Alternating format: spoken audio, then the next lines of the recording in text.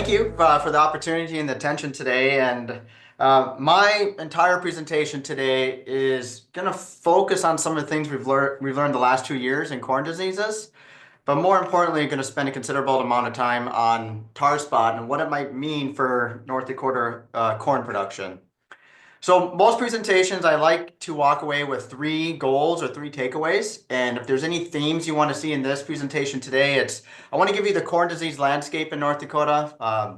Been looking for corn diseases the last 11, 12 growing seasons, and going to give you a perspective as far as what we see and what's important, what's not really that important. Dive into tar spot. By the end of this, I hope you can walk away with being a identification expert virtually until you start finding it in the field next year.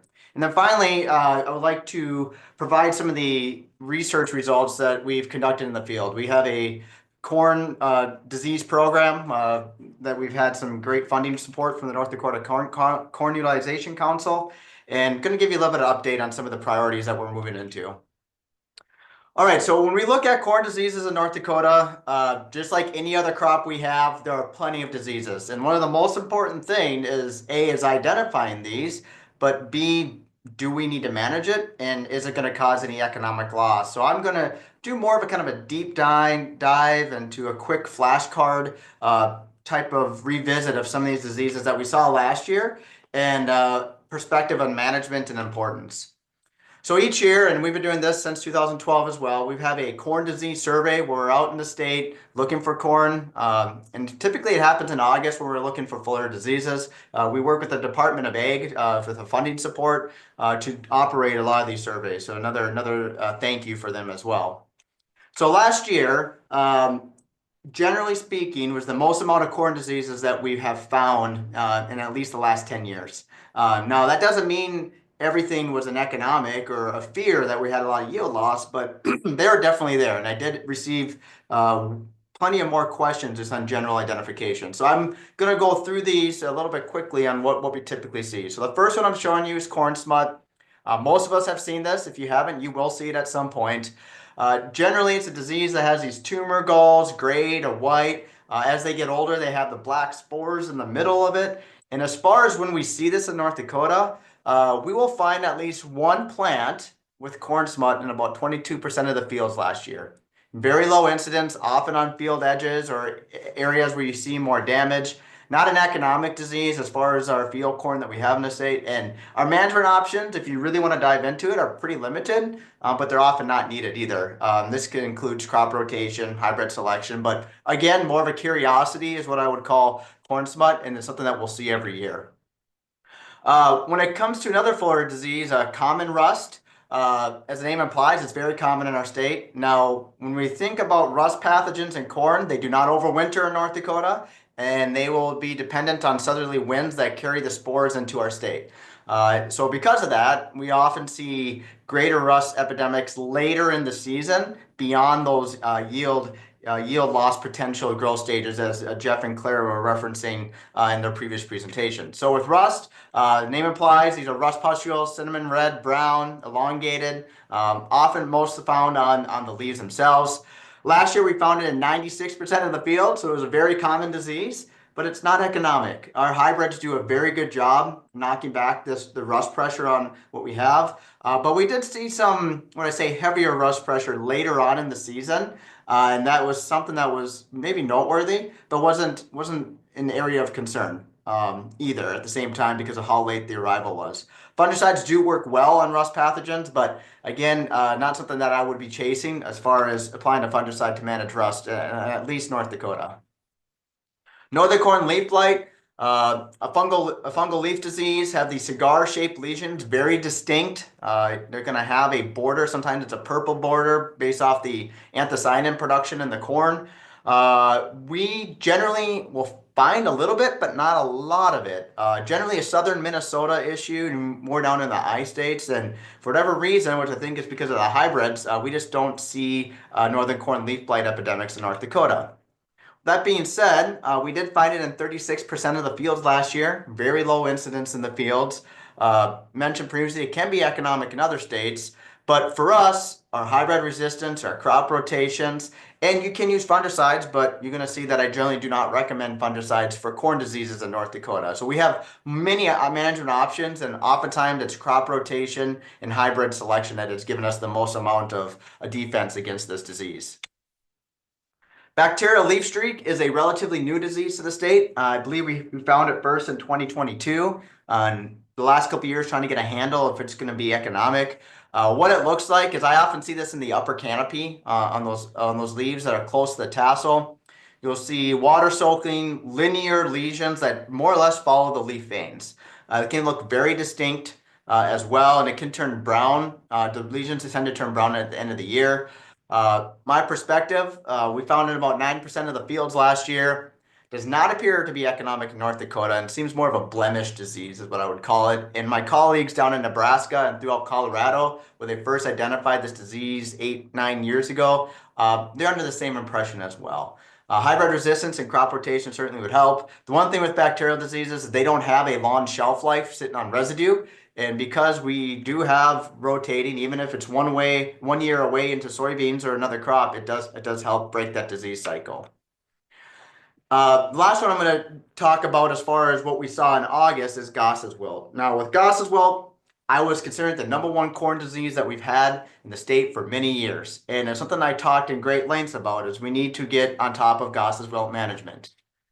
Last year we found it in 7% of the fields. And to give you a perspective of how far we've come, 4 or 5 years ago, we're finding it still in 50 to 60% of the fields. And in some of those cases, some pretty severe cases as well. Now, what has happened is our adoption of hybrid resistance. There's more availability, and most of the seed selection guides you have out there have a Goss's wilt scoring system, and we have seen a significant drop in Goss's wilt problems in North Dakota. So this is what I call a very good management success story right now, just by paying attention to some of those hybrids or getting more of those hybrids into the market. Okay, so usually in a normal year, we kind of stop our corn disease survey in August, but this year was a little bit different. And September hit, and we did have a lot of planting dates, so there was still some green corn out there, and I was starting to get some more questions. The first one that was getting brought up was the significant rust pressure that we were seeing. In some cases, it looked pretty intense up and down the entire plant. We weren't really seeing any leaf death, but there was definitely a lot of rust pustules on the leaves. Again, this is on the back end of getting close to maturity, so it really wasn't causing an issue, but there's a lot of questions. The one that I had just bringing out here is there are actually 2 rust pathogens that hit corn. Common rust, the one that we're most familiar with, and then southern rust is the one that is more damaging in the U.S. because of the lack of hybrid resistance. Did arrive in the state again, but very late. Did not cause much yield loss, but as far as the last time I saw southern rust was 2019, I believe. So it just kind of gives you a perspective of the timing of onset and why that matters. We still have questions about stalk rots. When we dried out in August, we saw some stalk cannibalizing nutrients. And when you start cannibalizing nutrients, often pathogens will move in and you start reducing stalk integrity. So you start seeing some lodging. I still had a few questions this year is what is too much lodging? General recommendation is that it becomes a harvest strategy. So if you have greater than 10 to 20% of your field that is lodging because of stalk rots, just prioritize managing that, harvesting that field as quickly as possible. Finally, let's talk about tar spot. We found it in September, and now we're going to have some more conversations on it. So here's the background story on tar spot. It is a fungal leaf disease, meaning that it is what I call a defoliator. It's going to reduce photosynthetic activity and start disrupting nutrient flow, and then process, you're going to have yield loss. But if you have really intense tar spot intensity, it can also lead to stalk rot as well because of the stress the plant is being put on. It is a cool, and when I say cool, 64 to 73 degrees as far as daily averages, and free moisture disease, meaning dew, rain, all those things will help the infection process. It is an obligate pathogen, and what that means is that it needs a living host to be able to continue its longevity. So we can't culture this in a lab. We're stuck to growing up corn plants and throwing the pathogen and trying to learn more about it in the greenhouse. So it operates more like a rust pathogen and less like the class of fungi it is in. It was first identified in USA in 2015 in northern Indiana. The other historical area that it was often found is Central America in the temperate, cool climates. We confirmed it in a sample that was submitted in the middle of September by Grant Marion, who's a technical agronomist with DeKalb and Asgrow. And once we got that sample submitted, that's when I started my survey efforts. The reason why I'm worried about it is my colleagues that have been dealing with this disease for several years, it has caused some pretty significant yield loss in fields. And the problem is because of susceptibility of hybrids. And because we lose that tool, we either put too much reliance on fungicides or we miss that application timing. But with that being said, we can manage this disease. Fungicides are great. That Tasseline R1 application has worked well.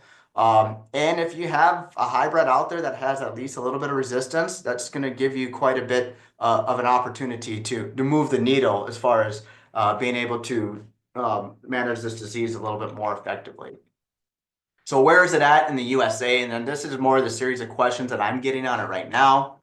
This first one is just an animated map of what tar spot has looked like since 2015. You're going to see that once it was in northern Indiana, you see that gradual spread across the Corn Belt. Last year, the significant jump that we saw was instead of being in southeast Minnesota and southeast South Dakota, all of East River, South Dakota had tar spot confirmed. You saw more tar spot reportings into the central Minnesota. And for us, we found it in 10 counties. And all those counties that were depicted, kind of a close-up, was on the eastern corner. Now, my suspicion is it's probably in other counties, but by the time I was out there being able to scout in middle to late September, you started losing green tissue, harvest is on the way, so it arrived late. So some of the questions that we need to start unraveling is it going to survive next year? And I'm going to say likely yes. There's been overwintering studies that have shown that it can survive cold weather. It doesn't seem to put it back. The one thing that will be our more curiosity question is, did we have enough inoculum next year to start epidemics for our next growing season, or do we need another flush of the disease to move into our state to be able to see that? So those are some of the field questions that we'll be navigating, and thankfully with some of the support of the North Dakota Corn Utilization Council.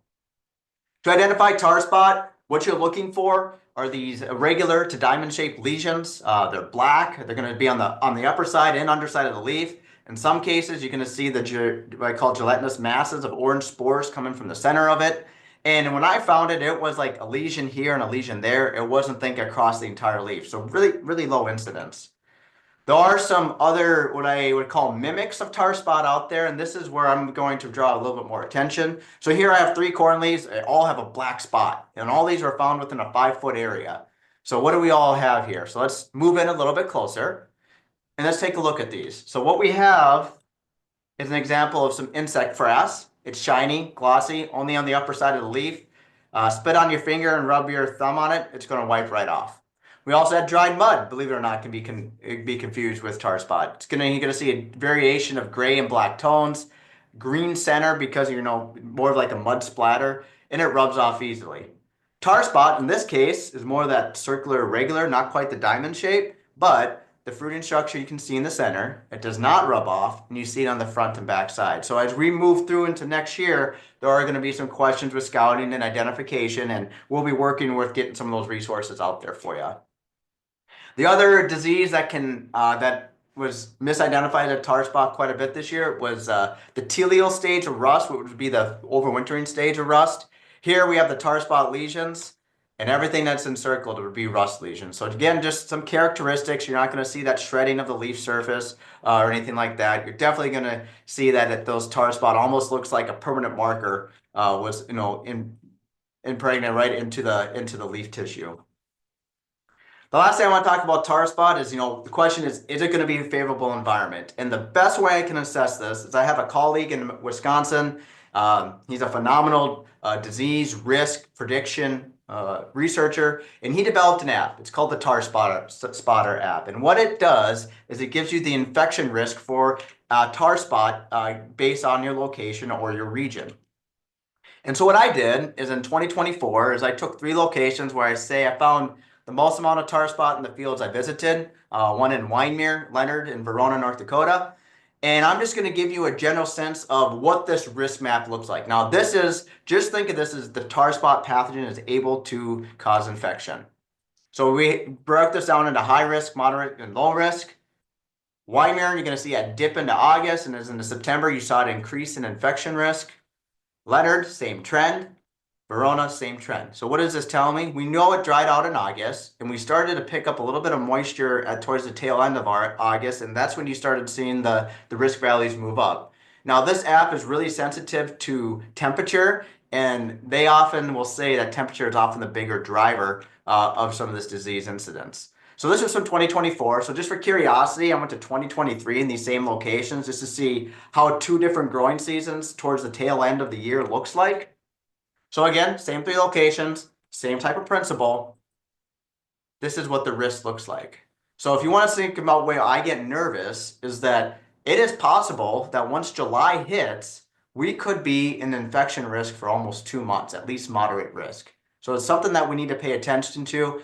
I'm not out there trying to alarm and get everybody worried about this disease, but we have a chance to scout. We can manage this disease. And the bigger question is what that management plan looks like for northern corn hybrids. The last few minutes here, I just want to review some of the fungicide research that we've been conducting through the funding with the North Dakota Corn Utilization Council. We did a lot of work on gossip wilt in the beginning of those epidemics, and we're able to sort on the importance of hybrid resistance and what that looks like. My program has changed since then. We're doing more of a deeper dive into fungicides. And there's 2 specific projects we looked at this past year I'm going to present results on. If you want to know where I'm going in the future, we're going to be placing a heavy investment and resources into tar spot research. Trying to see if it overwinters. Same time having some hybrids out there just to give a general sense of susceptibility. And also fungicide programs. What does that look like? And it's going to be a learning curve next year. And I won't say I'm excited about it because of the nervousness I have, but it's hopefully in the right direction. We're going to get some of that immediate type of data to help some of the questions that we're going to face. So what did we do last year? The first issue, and I mentioned this earlier, is stalk rots. One question that we've been getting is, do fungicides help reduce stalk rot and lodging in fields? And there's research on this in Iowa, and it is extremely variable. Sometimes they've seen anything as a 0% response to a 43% response. So the question for us was, what does some of these northern corn hybrids look like? So what we did is we kept it pretty simple. We got 2 hybrids, multiple locations, planted 3, lost 1, ended up with 2 locations, and we had 4 treatments. We had a non-treated, we had an in-furrow application of flutriafol or Xyway, and then we had the Tasseline and R1 applications of either Trivapro and Headline Amp. And the selection for this is, there's a couple ways, is application timing, but the modes of action that was represented. So you have a single, a 3, and then a 2. That was the bigger question to see if any of these fungicides respond differently. So I'm going to give you these results that we analyzed, and I just got this done this morning. Is the first hybrid that we had low levels of stalk rot issues. So the first chart I'm showing you is a percent lodging in that plot with the respective treatments. So we had non-treated control and the 3 fungicides. And what was the takeaway from this specific hybrid?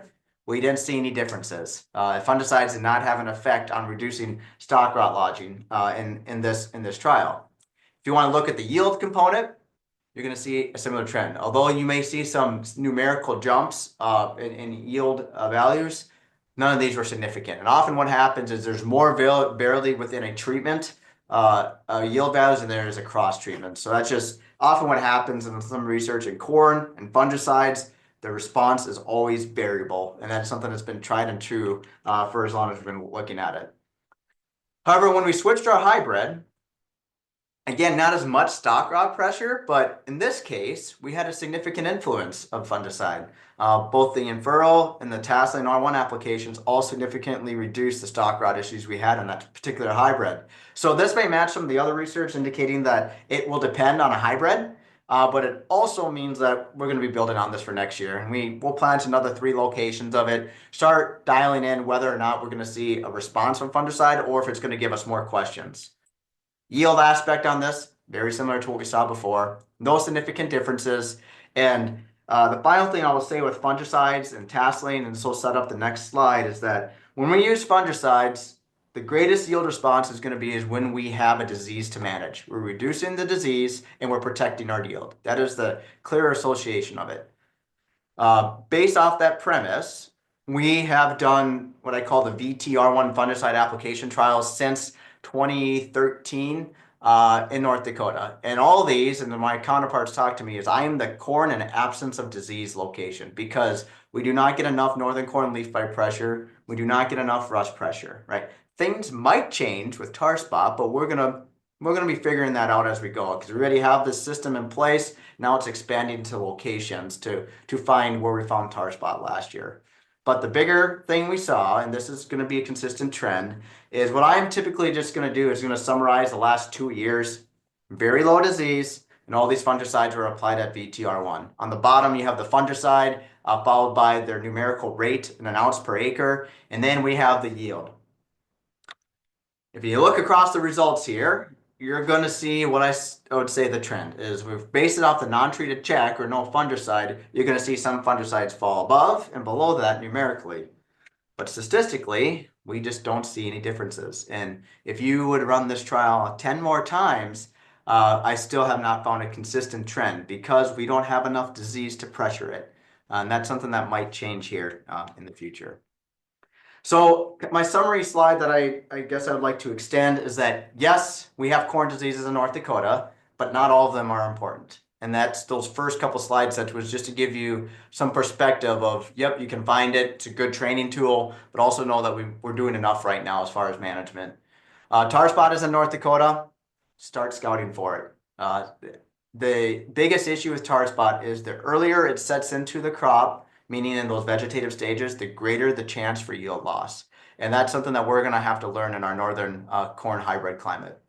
We do have significant research and extension efforts underway, working with support from the North Dakota Corn Utilization Council and also our private-public partnerships that I've been having conversations. What do we have for northern corn hybrids? Is there an evaluation of susceptibility and resistance? What can we start doing? This is going to be if tar spot becomes a endemic disease and every year disease, we're going to be learning on the go here a little bit for a while. So we're going to be addressing it. We're going to put all of our resources on the corn side into this disease, and we're going to dive into it. And then finally, when we talk about fungicide responses from tasseling, if you call me, if you email me or text me, you're going to get the same response. It's variable. It may work for your farm. There might be a specific hybrid and fungicide relationship. I just haven't seen a consistent trend where it's tough for me to make any other suggestions beyond that. So that's all I have. Thanks to my crew, and would love to start diving into hopefully some questions here once I stop sharing.